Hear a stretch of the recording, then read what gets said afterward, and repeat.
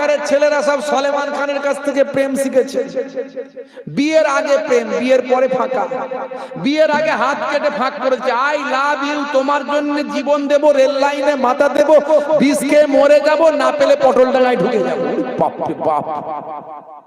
বাপ মনে মনে করে বাবা বিয়েতে ছেলেটা মরেই যাবে রে ভাই, তাড়াতাড়ি বিয়েটা দিয়ে ধরে বেঁধে বিয়ে শাদী দিল। 2 বছর 3 বছর যেতে না যেতেই একটা দুটো বাচ্চা কাচ্চার বাম্মা হলো। যত প্রেম ভালোবাসা মহাব্বত সব জানলা দিয়ে বেরিয়ে গেল, আর দরজা দিয়ে ঝগড়া অশান্তি মারপিট দাঙ্গা হাঙ্গামা সব ঢুকলো। রাত্রি 9টা 10টার পরে দেওয়ালের পাশ দিয়ে ঘরের পাশ দিয়ে যদি যায়, গুবগা ভীষণ ঘাসাম 220 440 আওয়াজ হয়। কি হলো রে বাবা, বলে লেগে আছে খেল। বুঝতে পারছো? আসলে ও প্রেমটা শিখেছে সলেমান খানের কাছ থেকে, যে নিজে বিয়ে করেনি, বুড়ো হয়ে গেছে 60 বছর বয়স, এখনো বিয়ে করেনি, তার কাছ থেকে প্রেম শিখেছে মুসলমানের সল্টু। তো ওর প্রেম থাকে কোনদিন? প্রেম শিখতে হবে নবীর কাছ থেকে, নবী প্রেম শিখিয়েছে। এই জন্য নবীর জীবনী আমি পড়তে বলি, যে অন্তত মোবাইলে একটা এত কিছু রেখেছো।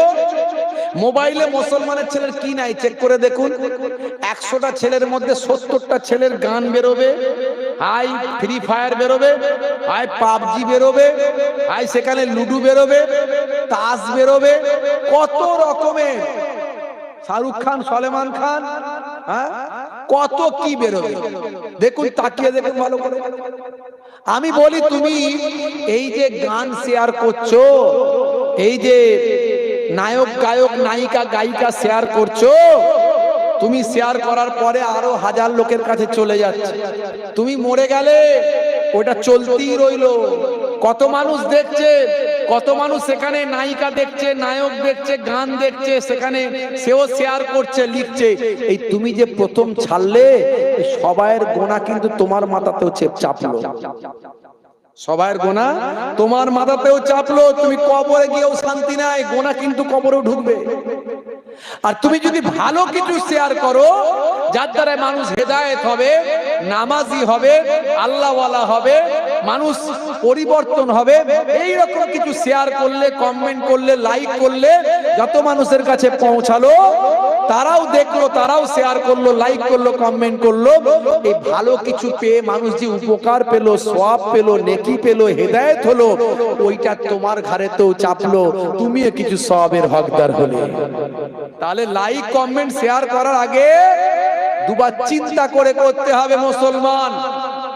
আজকে মোবাইলে তোমার অশ্লীল অশ্লীল ভিডিও ঢুকিয়ে রেখেছো, লক করে রেখেছো, তুমি ছাড়া কেউ খুলতে পারবে না। নিজের ইচ্ছা মতো তুমি অশ্লীল ভিডিও মোবাইলে ঢুকিয়ে রেখেছো। আল্লাহ না করুন, খোদা না করুন, আপনি মারা গেলেন, হে যুবক, তুমি মারা যাওয়ার পরে তোমার এই মোবাইলটা ইমাম সাহেবের হাতে যাবে, মাওলানা সাহেবের হাতে যাবে, তোমার বড় ভাইয়ের হাতে যাবে, তোমার আব্বার হাতে যাবে। মোবাইলটা যখন খুলে দেখবে অশ্লীল ভিডিও ঢুকিয়ে রেখেছো, তখন তোমার সম্মানটা কোথায় থাকবে? একবার মরে গিয়েও অসম্মানিত হবে। হে যুবক, আজ থেকে মোবাইলে ভালো কিছু রাখো। মোবাইলটা হলো বিশেষ ইম্পর্টেন্ট জিনিস, এসেনশিয়াল, প্রত্যেকের কাছে আছে, একজনের কাছে মনে বাদ নাই এখনকার যুগে। মোবাইলটাকে ইউটিলাইজ ঠিকভাবে করো। মোবাইলটা ব্যাড ইউটিলাইজ হলে এই মোবাইলটা টানতে টানতে জাহান্নামায় ঢুকিয়ে দেবে। আর মোবাইলটা যদি গুড ইউটিলাইজ করো, মোবাইলটায় কোরআন মাজিদ ঢোকানো যায়, মোবাইলটায় কোরআন মাজিদ রাখা যায়, হাদিস পাক রাখা যায়, নবী পাকের জীবনী রাখা যায়, মোবাইলটায় নামাজ শিক্ষা রাখা যায়, মোবাইলটায় অনেক ভালো ভালো কথা রাখা যায়, ওয়াজ রাখা যায়, নাত রাখা যায়। এই মোবাইলটা যদি ভালোভাবে ব্যবহার করো, এই মোবাইলটা তোমাকে টানতে টানতে হেদায়েত করে, টানতে টানতে জান্নাতের দরজায় ঢুকিয়ে দেবে। বুঝতে পারছেন? হে তরুণ যুবকেরা, হে আমার বন্ধুরা, শুনে রেখে দিন বাবা, জেনে রেখে দেন, হে মুসলমান, কাল কিয়ামতের দিনে আল্লাহর দরবারে কোনো মিথ্যা কথা চলবে না, কোন রকম মিথ্যা অভিযোগ করে কেউ পার পাবে না। কাল কিয়ামতের দিনে আমার আল্লাহর দরবারে সত্য প্রকাশ হয়ে যাবে, সব কিছু তথ্য বেরিয়ে আসবে। হে যুবকেরা, কিয়ামতের দিনের নমুনা দুনিয়া আর জমিনে একটা ঘটেছিল। বলবো একটু বলবো, কষ্ট হচ্ছে আপনাদের? একটু হ্যাঁ হুদান কষ্ট হচ্ছে? আচ্ছা, কারা কারা চান না হাত তুলে দেখান তো দেখি। এত মানুষ চান না সত্যি কি জি? আমি বলেছি কারা কারা চান না, কজন হাত তুলে দিয়েছেন? মানে ঝোঁকে ঝোঁকে উঠে গেছে না, রাত বেশি হয়েছে না? আচ্ছা, মাশাআল্লাহ। তো বেশি সময় নেব না, ছোট করে একটু বলি। হে তরুণ যুবকেরা, হে আমার বন্ধুরা, শুনে রেখে দিন বাবা, জেনে রেখে দেন, কায়ামতের নমুনা হযরতে নবী দাউদ আলাইহিস সালাম কায়ামতের নমুনা দুনিয়ার জমিনে দেখিয়েছিলেন। তার উম্মতদের বললেন, হে উম্মতেরা, কায়ামতের নমুনা আমি তোমাদের দেখাবো ঈদের মাঠে, ঈদের দিনে ঈদগাহে ঈদের নামাজের পরে তোমাদেরকে আমি নবী দাউদ কায়ামতের নমুনা দেখাবো। হে তরুণ যুবকেরা, হে আমার বন্ধুরা, শুনে রেখে দিন বাবা, জেনে রেখে দেন, হযরতে দাউদ আলাইহিস সালাম, বন্ধুরা আমার তরুণ যুবকেরা, দাউদ নবীর জামানায় একটা ঘটনা ঘটেছিল। একজন ধনী মানুষ ছিলেন, সেই ধনী মানুষটার একটা সুন্দর গাভী ছিল, গরু ছিল। এই গাভীটাকে সে ভীষণ ভালোবাসত, মহাব্বত করত, বিভিন্ন অলংকারে সজ্জিত করে রাখত। এই গাভীটা হঠাৎ করে একদিন তার বাড়ি থেকে হারিয়ে যায়। গাভীটা হারিয়ে, বন্ধুরা আমার তরুণ যুবকেরা, আমার গাভীটা হারিয়ে গেছে। হে তরুণ যুবকেরা, ওই ধনী মানুষটা গাভী খোঁজা শুরু করলো, কোন জায়গায় খুঁজে পেল না। খুঁজে না পাওয়ার কারণে ভীষণ টেনশন, চিন্তার মধ্যে পড়ল। চারিদিকে খোঁজা শুরু করলো, কিন্তু কোথাও খুঁজে পাচ্ছে না। আর একটা ঘটনা ছিল এই সময়, একজন বৃদ্ধা মহিলা তার একজন যুবক ছেলেকে নিয়ে গভীর জঙ্গলের ভিতরে একটা হুজরা করে বসবাস করত। হযরত নবী দাউদ আলাইহিস সালামের জামানায় গভীর জঙ্গলের ভিতরে একজন বৃদ্ধা তার একটা যুবক ছেলেকে নিয়ে বসবাস করত। এই যুবক ছেলে এবং বৃদ্ধা এতটা আল্লাহওয়ালা মানুষ ছিল, তারা আল্লাহর উপর এতটা নৈকট্য স্থাপন করেছিল, আল্লাহর প্রতি এতটা তাদের ভরসা ছিল, শরণাপন্ন হয়েছিল, এতটা আল্লাহর উপর তারা নিজেদের আত্মবিসর্জন দিয়েছিল যে আমার আল্লাহ তাদের ইবাদতে সন্তুষ্ট হয়ে তাদের হুজরার বাইরে একটা কুদরতি নহর বহন করে দিয়েছিলেন। সেই নহরের পানি পান করে তারা তেষ্টা লাভ করত। এমনকি আমার আল্লাহ ওই নহরের পাশে একটা কুদরতি ক্ষমতা আনার গাছ, বেদানা গাছ আল্লাহ কুদরতি ভাবে লাগিয়ে দিয়েছিলেন। সে প্রতিদিন সকালবেলা ওই বেদানা গাছে কয়েকটা বেদানা ফলিয়ে রাখতেন। ওই বৃদ্ধা মহিলার তার যুবক সন্তান, ওই বৃদ্ধা মহিলার ওই যুবক সন্তান ওই বেদানা গাছ থেকে বেদানা তুলে সকালবেলা তাদের দিনটা আসুদা, তাদের ক্ষুধা নিবারণ করতে।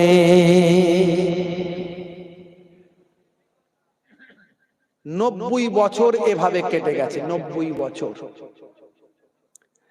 আজকের হিসাবে হিসাব করলে হবে না, এখনকার মানুষের আয়ু হচ্ছে 50, 60, 70। আদম নবীর জামানায় মানুষ বাঁচত 950, 1000, 1500 বছর। অন্যান্য নবীদের জামানায় 500, 700, 900 বছর করে বাঁচত মানুষ। সেদিনকার হিসাবে 90 বছর কেটে গেছে। একজন ব্যক্তি ছিলেন যিনি আদম নবীর কন্যা সাফুরার গর্ভ থেকে যার জন্ম হয়েছিল বলে তথ্য জানা যায়, পাওয়া যায়। তার নাম হলো আউস বিন আনাখ, যিনি 3500 বছর বেঁচে ছিলেন। সেই দিনকার হিসাবে ধরতে হবে 90 বছর তারা জঙ্গলে কাটিয়ে দিয়েছে, ওই বৃদ্ধা আর তার যুবক সন্তান। হে তরুণ যুবকেরা, হে আমার বন্ধুরা, শুনে রেখে দিন বাবা, জেনে রেখে দেন হে মুসলমান, একটু লক্ষ্য করুন, তরুণ যুবকেরা আমার, মুরব্বিয়ানেরা আমার, এইভাবে 90টা বছর কেটে গেছে। আমার আল্লাহ প্রতিদিন তাদেরকে ওই নহর, কুদরতি নহর থেকে পানি পান করান। আর তাদের ক্ষুধা লাগলে আমার আল্লাহ আনার গাছে, আমার আল্লাহ আনার বেদানা দান করে দেন। প্রত্যেক দিন এইভাবে খাবার খেয়ে তাদের দিন চলে। সারা দিন তারা নামাজ, ইবাদত, বন্দেগীতে কাটিয়ে দেন। এইভাবে তাদের দিন চলতে থাকে। একদিনকার ঘটনা, ওই যুবক ছেলেটি মাকে বললেন, মা গো মা, ও মা জননী মা, প্রতিদিন আর ওই নাহারের পানি আর আনার খেতে প্রত্যেক দিন আর ভালো লাগে না, আর কতদিন এভাবে খাবো মা? আল্লাহ তো আর অন্য কোনো খাবার দেন না। মা তুমি অনুমতি দাও, এই আনার গুলোকে তুলে নিয়ে বাজারে গিয়ে বিক্রি করে অন্য কিছু খাবার কিনে নিয়ে আসি। মা বললেন না, এটা করো না, কারণ আনার গুলো হলো আল্লাহর দেওয়া কুদরতি গাছের ফল। আল্লাহর দেওয়া কুদরতি গাছের ফল বাজারে বিক্রি করতে নাই বাবা। এ তরুণ যুবকেরা, হে আমার বন্ধুরা, কিন্তু যুবক ছেলেটি হার মানলো না, মাকে মানিয়ে নিল, মাকে কোনোভাবে মানিয়ে ফেললো, বললো মা আর পারি না, আর আনার ফল খেতে আর ভালো লাগে না। আজকের আনার ফলগুলো বাজারে নিয়ে যাব, বাজারে নিয়ে গিয়ে বাজারে বিক্রি করে সেই পয়সা দিয়ে কিছু অন্য খাবার নিয়ে এসে খাবো। এই চিন্তা করে মাকে জোর করে বুঝিয়ে আনার ফলগুলো বাজারে বিক্রি করলাম। বাজারে সেই বিক্রি করা পয়সা দিয়ে কিছু খাবার কিনলাম। খাবার কিনে হুজরার ভিতরে মায়ের কাছে এসে হাজির হলো।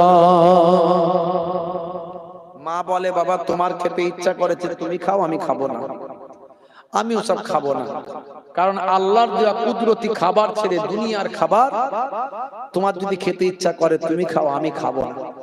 ছেলে বলল, মা তুমি যদি না খাও গো, আমিও খাবো না মা, তোমাকে খেতেই হবে মা, তুমি না খেলে আমি খাবো না। এখন ছেলের আহাজারি তো মাও খেয়ে ফেলবে। হে যুবকেরা শুনে রেখে দেন, আল্লাহ বলছেন বান্দারে, মান কানা লিল্লাহি কানা আল্লাহু লাহু, যে বান্দা আল্লাহর হয়ে যায় স্বয়ং আল্লাহ তার হয়ে যান। মাল্লাহুল মাওলা ফালাহুল কুল, বান্দা যখন আল্লাহর হয়ে যায় কুল মাখলুকাত তার গোলাম হয়ে যায়। হে দুনিয়ার মানুষ শুনে রেখে দাও, জেনে রেখে দাও, তোমরা যদি আমি আল্লাহর হয়ে যাও, আমি আল্লাহ তোমাদের হয়ে যাব। যখন তোমাদের ক্ষুধা লাগবে আমি আল্লাহ খাওয়াবো। কাইফা তাকফুরুন, তোমরা কুফরি করো কেমন করে, আমি আল্লাহর সঙ্গে কেমন করে কুফরি করো। হে দুনিয়ার মানুষ, হে আমার বন্ধুরা, আল্লাহ বললেন তোমাদের উচিত এই কাবা ঘরের যিনি মালিক সে আল্লাহর ইবাদত করা। ফালিয়াবুদু রাব্ব হাযাল বাইত, কাবা ঘরের যিনি মালিক আমি আল্লাহ, আমার ইবাদত করা। আল্লাযী আত'আমাহুম মিন জু, ক্ষুধা লাগলে তোমাদের আমি আল্লাহ খাওয়াই। ওয়া আমানাহুম মিন খাউফ, আর যখন তোমরা ভয় পেয়ে যাও আমি আল্লাহ তোমাদের ভয়টা দূর করে দিই। ক্ষুধা লাগলে কে খাওয়ায়? জোরে বলেন কে?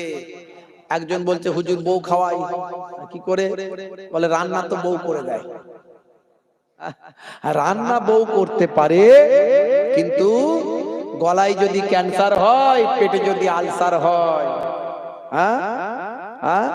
পাকস্থলে যদি পাখির পাকস্থলী যদি খারাপ হয়ে যায়, স্টমাক যদি পচে যায়, বউ রান্না করলে খাবার পেটে ঢুকবে তো? তা ঢুকবে না। তাহলে এই যে পেট পর্যন্ত যাচ্ছে, হজমটা হচ্ছে, কার ইশারায় হচ্ছে? আল্লাহ। বলে এই এসো না, এটাই তো বলতে চাইছি। তাই ক্ষুধা লাগলে আল্লাহ খাওয়ায়, আর ভয় পেলে, ভীত হলে, যখন আপনি ভয় পান, এনআরসির ভয়, এনপিআর এর ভয়, করোনার ভয়, আরে বাপ রে বাপ, এই আমাদের সব আইন ফাইন সব পাল্টে দিচ্ছে। এই যে ওয়াকাফ, এই যে ওয়াকফ বিল পাস হয়ে গেছে, ভয় পাচ্ছি না পাইনি আমরা? হ্যাঁ, আমাদেরকে বলা হচ্ছে স্বাভাবিক, সত্যি কথাই বলা হচ্ছে, ভুল কিছু নাই। আপনার সম্পত্তি, আপনার বাপের দেওয়া সম্পত্তি, আপনার দাদুর দেওয়া সম্পত্তি, আপনার 14 পুরুষের দেওয়া সম্পত্তি, যেগুলো ওয়াকফ করে দিয়েছে, ওয়াকফে লিল্লাহ, আল্লাহর জন্য। মসজিদ কারো ব্যক্তিগত হয়? কারো বাপের নামে থাকলে মসজিদ হবে? ওয়াকফে লিল্লাহ করতেই হবে। এই যে কবরস্থান, আপনার 14 পুরুষের দেওয়া সম্পত্তি, কবরস্থান সব আপনার। আপনার পূর্বপুরুষ হাজার হাজার বিঘে সম্পত্তি দিয়ে গেছে। এই যে আপনি কলকাতায় যাবেন, ইডেন গার্ডেন থেকে শুরু করে, ভাই আমার মহাকরণ থেকে শুরু করে ধর্মতলা চত্বরের অনেক জায়গা সব ওয়াকফের সম্পত্তি। আরো পশ্চিমবঙ্গের হাজারো হাজারো সম্পত্তি আছে। ভাই আমার রেলের সম্পত্তি 1 নাম্বার, 2 নাম্বার হচ্ছে সেনাবাহিনীর সম্পত্তি 2 নাম্বার, 3 নাম্বারে আছে ওয়াকফের সম্পত্তি। জোরে বলুন সুবহানাল্লাহ। এই সম্পত্তি যদি ঠিকভাবে ব্যবহার করা হতো, আমার আপনার পূর্বপুরুষ যা দিয়েছিল মুসলমানদের হিতের জন্য, ব্যবহারের জন্য, এই সম্পত্তি যদি ঠিকভাবে ইউটিলাইজ করা হতো, মুসলমানদের ভিতরে কেউ গরিব থাকতো না, সব পাকা বাড়ি থাকতো, একটাও গরিব বাড়ি কারো থাকতো না। বুঝতে পারছেন? দুবেলা দুমুঠো খাওয়ার জন্য কারো অসুবিধা হতো না, ঘরে বসে বসে রুজি ইনকাম হতো, যদি ঠিকভাবে ইউটিলাইজ হতো। হয়নি, তার কারণ এখানে আমাদেরও দুর্বলতা আছে, আমরা আমাদের সম্পত্তি ধরে রাখতে পারিনি। বুঝতে পারছেন? আজকে সেই ওয়াকফ সম্পত্তি এতদিন পর্যন্ত যদিও কিছু কেমন আমাদের ভাই আমার হিতে ব্যবহার হয়েছে, কিছু প্রতিষ্ঠানে কিছু স্কলারশিপ বিভিন্ন ব্যবহার হয়েছে, এখন কেন্দ্র সরকার আইন তৈরি করে বলছে না না, এবার আমরা নিজেদের কন্ট্রোলে নেব। এতদিন অনেক লোক মেরে মুড়েও খেয়েছে, খায়নি তা নয়, অনেকেই মেরে মুড়ে খেয়েছে, সুযোগে সব ব্যবহার করেছে, কিছুটা ব্যবহার হয়েছে। এখন কেন্দ্রীয় সরকারের ওখান থেকে আইন পাস হচ্ছে, ভাই আমার এই আপনার যে সংসদীয় যৌথ কমিটিতে সেখানে পাস হয়ে গেছে যে কেন্দ্র বলছে যে এখানে কেন্দ্রীয় প্রতিনিধি থাকবে, অমুসলিম প্রতিনিধি থাকবে, অমুসলিম প্রতিনিধি থাকবে এবং কেন্দ্রীয় প্রতিনিধি থাকবে। তার মানে ব্যাপারটা যে জায়গায় দাঁড়ালো, আপনার কবরস্থান, আপনার মসজিদ, তাতে ভাই আমার প্রতিনিধিত্ব করবে কেন্দ্রের লোক এবং অমুসলিম লোক সেখানে প্রতিনিধিত্ব করবে। আপনার বাপ মারা গেছে, আপনার দাদু মারা গেছে, গোরস্থানে নিয়ে যাবে, ওয়াকফের সম্পত্তি, গোরস্থানে তালা মারা, চাবিটা আনতে যাওয়ার জন্য যদুবাবুর কাছে যেতে হবে। যদুবাবু অফিসে গিয়ে দেখলেন যদুবাবু টয়লেটে ঢুকেছে। যদুবাবু চাবিটা দিন গো, বাপ মারা গেছে, কবরস্থানে ঢোকাবো, দাফন করব, দাঁড়াও এখন টয়লেট থেকে বেরোই, তারপর দেখছি কি করা যায়। এই যদি হয়, এর থেকে ফাটা কপাল আর কিছু নাই আমাদের, এর থেকে দুঃখজনক আর কিছু নয়। ভাইরা আমার, তরুণ যুবকেরা আমার, আর মুসলমান আমরা কি করছি? সিলসিলা মাযহাব, টুপিটা কেমন হবে, জুব্বাটা কেমন হবে, দাঁড়িয়ে নবীকে সালাম দেব না বসে, তারাবির নামাজ 8 রাকাত পড়বো না 20 রাকাত, শবে বারাতে নামাজ পড়া চলবে না, চলবে না।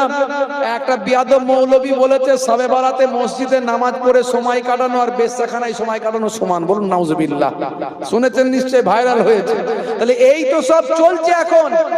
মৌলবী বলছে শবে বারাতে নামাজের জন্য আমাকে মহিলা ফোন করে বলছে, হুজুর শবে বারাতের নামাজের নিয়তটা কেমন করে করব? তখন সেই মৌলবী বলছে মুখটা ভাসিয়ে দিয়ে, আমি বললাম তুমি মরে যাও। এরকম ভাবে এই হচ্ছে অবস্থা। এরা মৌলবী নামের কলঙ্ক। যে লোকটা নামাজ পড়েনি, মেনে নিলাম যে সে কোনোদিন নামাজ পড়েনি, আচ্ছা কোনোদিন যে নামাজ পড়েনি সে যদি শবে বারাতের রাত্রিতে নামাজ পড়তে আসে, সে কি কিছুটা হলেও ভালো কাজ করছে না খারাপ কাজ? জোরে বলেন। হতে পারে তো সে ওই 1 রাত নামাজ পড়ে হেদায়েত হয়ে যেতে পারে। তাকে তো উৎসাহিত করা দরকার। তুমি যা করছো তাকে নিরুৎসাহিত করছো, তার মানে সে যাতে নামাজ না পড়ে, সে যাতে রোজা না রাখে, এই মৌলবীগুলোর ওয়াজ কি শোনা চলবে? শোনা চলবে না।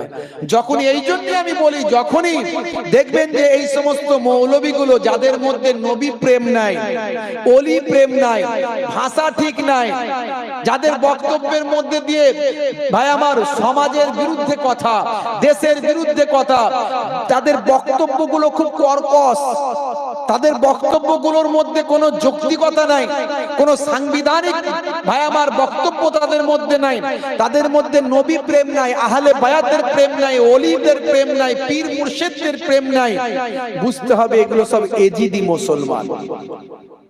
এজিদের দলেও মুসলমান ছিল না? ছিল না? এজিদের দলে মৌলানা হাফেজ ছিল না? ছিল না?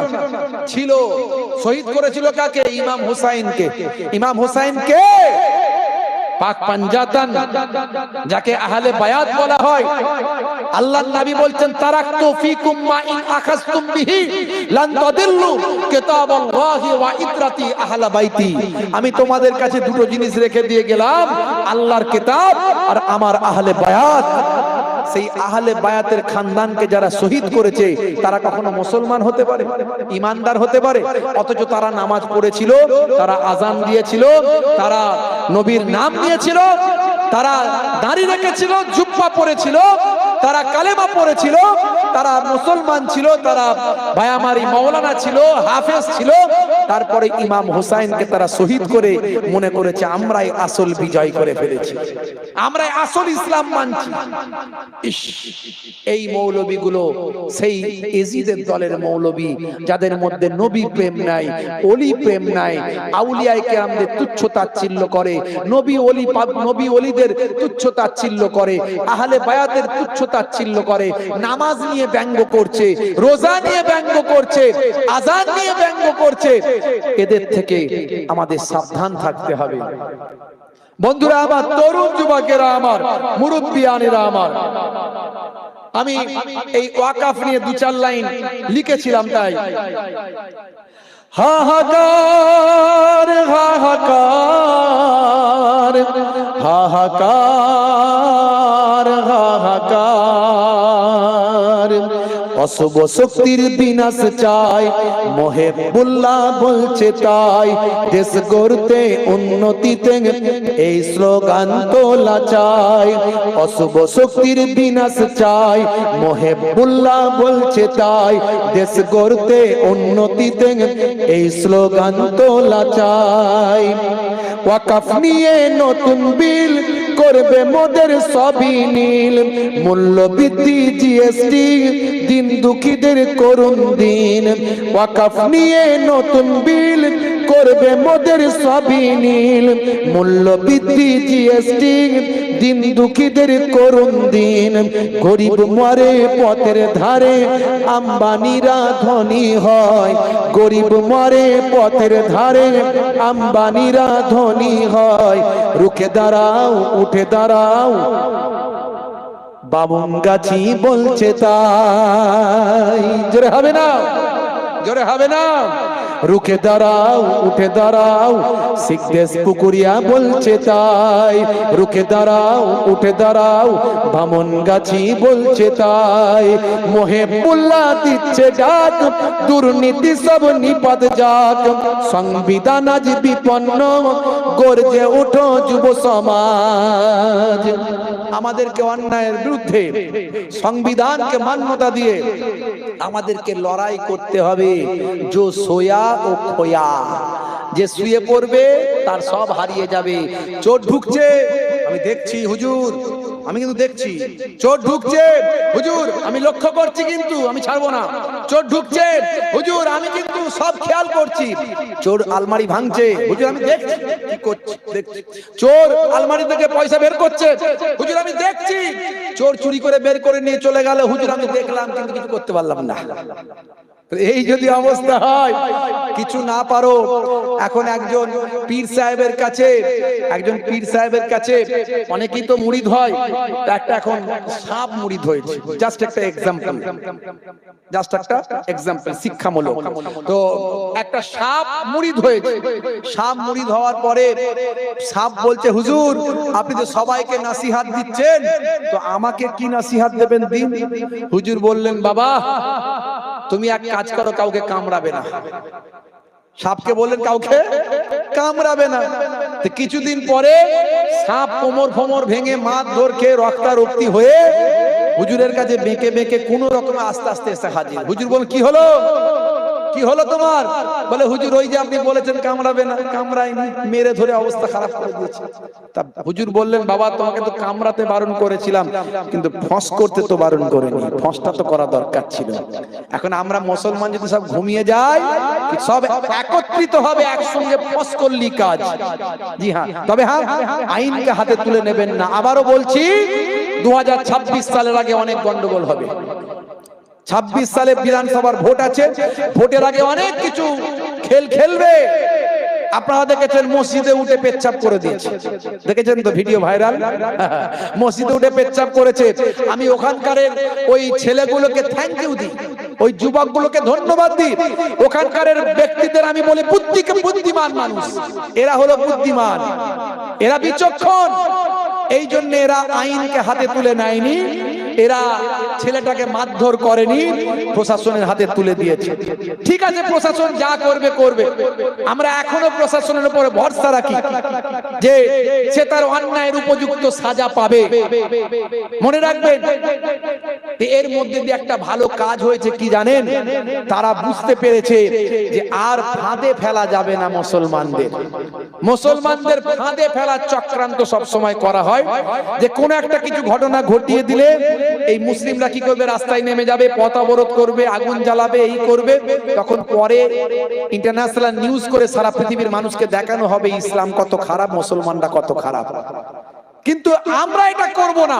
আমরা বারবার বুঝিয়ে দেব যে ইসলাম সঠিক তথ্য দেয়, ইসলাম ভ্রাতৃত্বের কথা বলে। আমরা কখনো অন্যায় কাজ করব না, আইনকে হাতে তুলে নেব না। দেশের প্রশাসনের প্রতি আমাদের ভরসা থাকবে, দেশের আইনের প্রতি ভরসা থাকবে, সংবিধানের প্রতি ভরসা থাকবে। আর আমরা বিশ্বাস করব যে সংবিধান আমাদের অধিকার দেবে, প্রশাসন আমাদের অধিকার দেবে, প্রশাসন অন্যায়ের সঠিক বিচার করবে। দেশের যে ক্ষমতাশীল সরকার আছে, সেই সরকার ন্যায্য অধিকার দেবে, ন্যায্য বিচার করবে। এই আশা ভরসা আমরা রাখবো। দেখবেন এতে ইনশাআল্লাহ কাজ হবে। চক্রান্তকারীরা চক্রান্ত করতে পারবে না, তারা বিফল হবে। তারা যত চক্রান্ত করে কামিয়াব হবে, তত আখেরে আমাদের ক্ষতি হয়ে যাবে। মনে রাখবেন। তাই আমি এখানে সুন্দর করে লেখার চেষ্টা করেছি। মহেবুল্লাহ দিচ্ছে ডাক, দুর্নীতি সব নিপাত যাক, সংবিধান আজ বিপন্ন, গর্জে ওঠো যুব সমাজ। মহেবুল্লাহ দিচ্ছে ডাক, দুর্নীতি সব নিপাত যাক, সংবিধান আজ বিপন্ন, গর্জে ওঠো যুব সমাজ। ধর্মে ধর্মের বিভাজন, অশুভ শক্তির আয়োজন, ধর্মে ধর্মের বিভাজন, অশুভ শক্তির আয়োজন। তার আড়ালে সব সমস্যা চাপা পড়ে যায় তখন, তার আড়ালে সব সমস্যা চাপা পড়ে যায় তখন। সব সমস্যা গুজবে ভাই, এই স্লোগান তোলা চাই। সব সমস্যা গুজবে ভাই, এই স্লোগান তোলা চাই। বামুন গাছি বলছে তাই, অশুভ শক্তির বিনাশ চাই। সব সমস্যা গুজবে ভাই, এই স্লোগান তোলা চাই। সিদ্ধেশ পুকুরিয়া বলছে তাই, অশুভ শক্তির বিনাশ চাই। গরিব মরে পথের ধারে, আম্বানিরা ধনী হয়। গরিব মরে পথের ধারে, আম্বানিরা ধনী হয়। ঘুরে দাঁড়াও, উঠে দাঁড়াও, মহেবুল্লাহ বলছে তাই। উঠে দাঁড়াও, ঘুরে দাঁড়াও, মহেবুল্লাহ বলছে তাই। জোরে হবে না?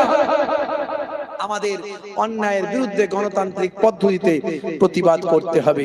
যে কথা বলতে গিয়ে এত দূর চলে এসেছিলাম ভাইরা আমার, সেই হযরতে দাউদ আলাইহিস সালামের জামানার কথা বলছিলাম। কষ্ট হচ্ছে আপনাদের? একটু হ্যাঁ হু দেন, আস্তে আস্তে মাথা নাড়ছেন, ভালো করে নয়। হে তরুণ যুবকেরা, এখনই শেষ করব, লম্বা চওড়া নয়। হে যুবকেরা শুনে রেখে দেন, হযরতে দাউদ আলাইহিস সালামের জামানায় এমন সময় দেখতে পাওয়া যায় ওই বৃদ্ধা ভাই আমার বাধ্য হয়ে যুবকের কথা শুনে ওই বৃদ্ধা মা তখন খাবার খেলেন। এরপর থেকে দেখা যায় পরের দিন থেকে যখন ওই বৃদ্ধ আর বৃদ্ধা যখন ওই বৃদ্ধার যুবক যখন ক্ষুধার্ত হয় খাবারের জন্য, যখন তার ঘরের পেছনে ওই আনার গাছের কাছে যায়, গিয়ে দেখেন আল্লাহর কুদরতি ক্ষমতায় যে আনার ফলে থাকতো সেই আনার আমার আল্লাহ আর দেন না, আনার আর নাই। বৃদ্ধ বৃদ্ধা ঠিক করলেন আমরা ক্ষুধার্ত অবস্থাতেই থাকবো, আল্লাহর ইবাদত করব, আল্লাহ হয়তো নারাজ হয়েছেন, আল্লাহ কিছু একটা ব্যবস্থা করবেন। হে তরুণ যুবকেরা, হে আমার বন্ধুরা, শুনে রেখে দিন বাবা, জেনে রেখে দেন। বেশ কয়েকদিন কেটে গেল, কয়েকদিন পরে দেখা যায় যে গরুটা ওই ধনী ব্যক্তি মানুষটার হারিয়ে গিয়েছিল। ওই গরুটা আল্লাহর কুদরতি ক্ষমতায় বা আমার জঙ্গলের গভীর জঙ্গলের ভিতরে এলো, ওই হুজরার সামনে এসে বৃদ্ধা মায়ের সামনে দাঁড়িয়ে আল্লাহর কুদরতি ক্ষমতায় তার জবানটা খুলে গেল, জবানটা থেকে আওয়াজ বেরোতে লাগলো।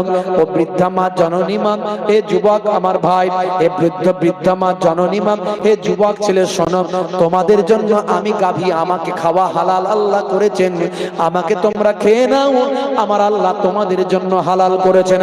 এমন সময় দেখতে পাওয়া যায়, হে যুবকেরা শুনে রেখে দেন, এই কথা বলার পরে বৃদ্ধা মহিলা বলল, মা বলল, না না, কাদের গরু না গরু আমরা জবাই করে খেতে পারবো না, যতই ক্ষুধার্ত থাকি থাকবো, কিন্তু এই গরুটা গাভীটা আমরা খাবো না।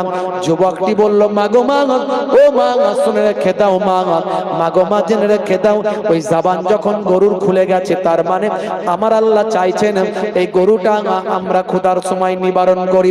এই গরু নিজের জবান দিয়ে, এই গাভী নিজের জবান দিয়ে কথা বলছে, তার মানে আমাদের জন্যই আমার আল্লাহ গাভীকে হালাল বানিয়েছেন। এই কথা বলার পর গাভী অটোমেটিক তাদের সামনে শুয়ে পড়ল। ওই যুবক ছেলে যা কিছু করার যাবা করলো, খাবার দাবার তৈরি করার করলেন, সব কিছু ব্যবস্থা করে তারা তাদের ক্ষুধাটা নিবারণ করলেন, তারা ক্ষুধা নিবারণ করলেন। এমন সময় ওই বড় লোক ধনী মানুষটা কি করলো, একজন জাসুসি মহিলা ঠিক করলো যে প্রত্যেকের ঘর থেকে ইনকোয়ারি করবে যে ওই গাভী কে খেয়েছে, ওই গাভী কে খেয়েছে। ওই জাসুসি মহিলা, যে সিআইডি মহিলা বলেন আর সিবিআই মহিলা বলেন, মানে যে জাসুসি করে আর কি, তো ইনকোয়ারি করে, ইনকোয়ারি করা ওই মহিলা প্রত্যেকের ঘর সার্চ করে বুঝতে পারলো, খবর নিল, ইনকোয়ারি করে তথ্য নিল যে না এখানে কেউ নয়। খুঁজতে খুঁজতে সে জঙ্গলের ভিতরে ওই হুজরার সামনে গিয়ে দেখলো একটা গাভীর ছাল পড়ে আছে, কিছু হাড় হাড্ডি পড়ে আছে, বুঝতে পেরে গেল। তাদের সঙ্গে থাকলো, গল্প করলো, তাদের কাছ থেকে ভাই আমার গোস্ত খেলো, খেয়ে এসে ওই ধনী মানুষটিকে বললো আমার পুরস্কার দাও, তথ্য নিয়ে এসেছি। তথ্য নিয়ে এসেছো? হ্যাঁ।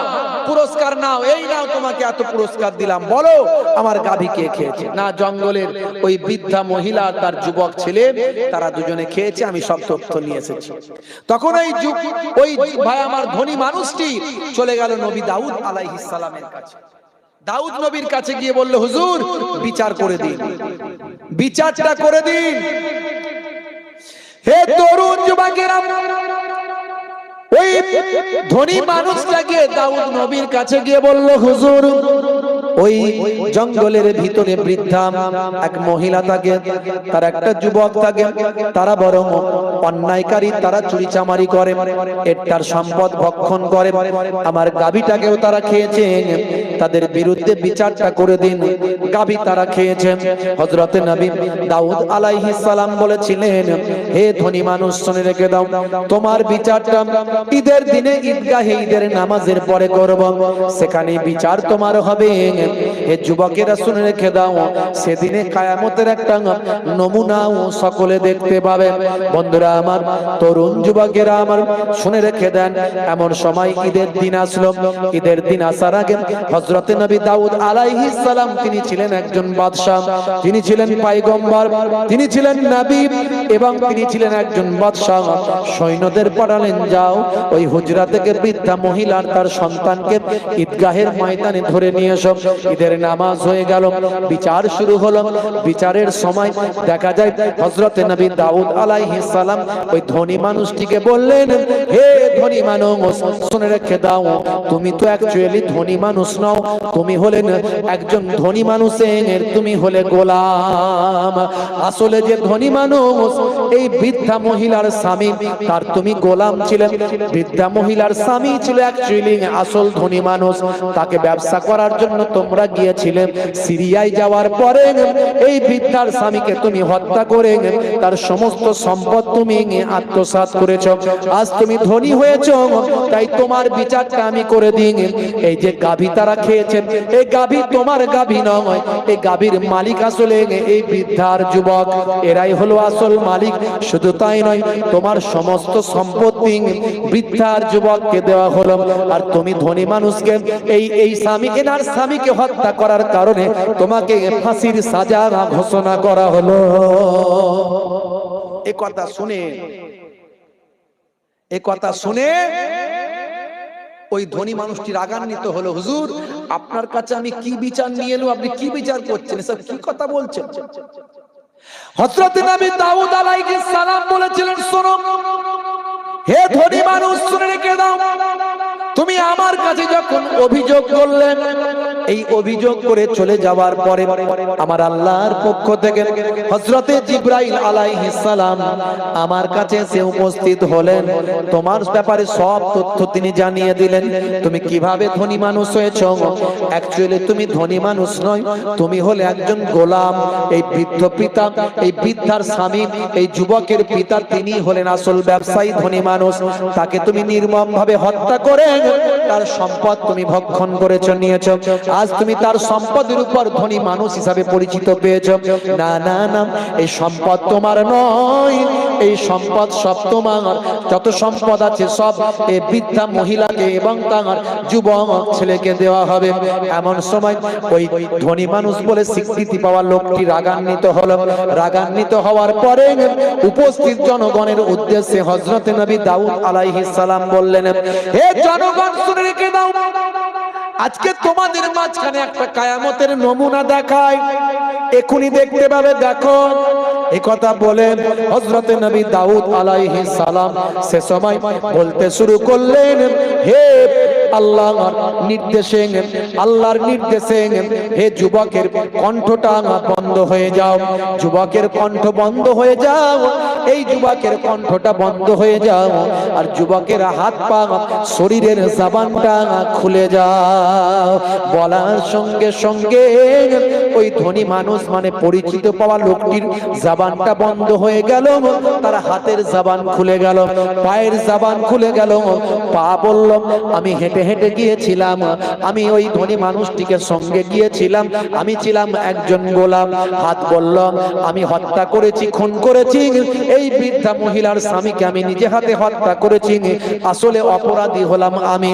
মুখ বন্ধ হয়েছিল, জবান বন্ধ হলো, শরীরের অঙ্গ প্রত্যঙ্গ জবানটা আমার আল্লাহ খুলে দিলেন।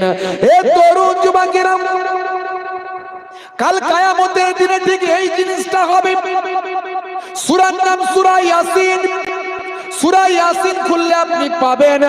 এ তরুণ যুবকেরা, হে আমার মুরব্বিয়ানেরা, শুনে রেখে দেন, জেনে রেখে দেন, আমার আল্লাহ সূরা ইয়াসিনের 65 নম্বর আয়াতে বলছেন, আল-ইয়াওমা নাখতিমু আলা আফওয়াহিহিম ওয়া তুকাল্লিমুনা আইদিহিম ওয়া তাশহাদু আরজুলুহুম বিমা কানু ইয়াকসিবুন। এ তরুণ যুবকেরা, আমার আল্লাহ কিয়ামতের দিনে বলবেন, আল ইয়াউমা নাখতিমু আলা আফওয়াহিহিম, নাখতেমুন সিলমোহর করে দেওয়া হবে আফওয়াহিহিম তোমাদের তাদের মুখমণ্ডল গুলোকে অত কাল্লেমনা কথা বলবে আমার সঙ্গে আইদিহিম তাদের হাত আমাদের সঙ্গে কথা বলবে ওয়াতাশহাদু সাক্ষী দেবে আর জলহম তাদের পা বিমা কানু ইয়াকসিবুন তারা যা কামাই করেছিল তা তাদের সব কিছু সাক্ষ্য দেবে তাদের পা। হে তরুণ যুবকেরা, হে আমার মুরব্বিয়ানেরা, নবী দাউদ আলাইহিস সালামের জামানায় আমার আল্লাহ দেখিয়ে দিলেন, নবী দাউদ বললেন এটা হলো কিয়ামতের নমুনার একটা নমুনা। মানুষের জবান বন্ধ হবে, তার অঙ্গ প্রত্যঙ্গ কথা বলবে এবং সাক্ষী দান করবে। বন্ধুরা আমার, এই আলোচনার মধ্যে দিয়ে আমি এটুকুই বলতে চাইছি, আমাদেরকে সাচ্চা মুসলমান হতে হবে। আমরা গোপন করলে মানুষের কাছে গোপন করতে পারবো, আল্লাহর কাছে পারবো না। কিয়ামতের দিনে আমাদের অঙ্গ প্রত্যঙ্গ কথা বলবে, সেদিন সাক্ষী দেবে, আমাদের বাঁচার কোনো রাস্তা থাকবে না। তাই আজ থেকে প্রতিজ্ঞা করুন নামাজি হয়ে যাবেন, আজ থেকে প্রতিজ্ঞা করুন সুন্নত ওয়ালা হয়ে যাবেন। ইহদিনাস সিরাতাল মুস্তাকিম, আল্লাহ আমাদেরকে সঠিক পথে পরিচালিত করুন। সঠিক পথে মানে আল্লাহ ওয়ালা মানুষদের পথ, আল্লাহর মাহবুব বান্দাদের পথ। আনআমতা আলাইহিম, যে পথে আপনি নিয়ামত রেখেছেন সেই পথ, নিয়ামত ওয়ালা নিয়ামত প্রাপ্তদের পথ, অর্থাৎ আল্লাহ ওয়ালা মানুষ, নবীদের পথ, ওলিয়া উলিয়াদের পথে আমরা যেন চলতে পারি।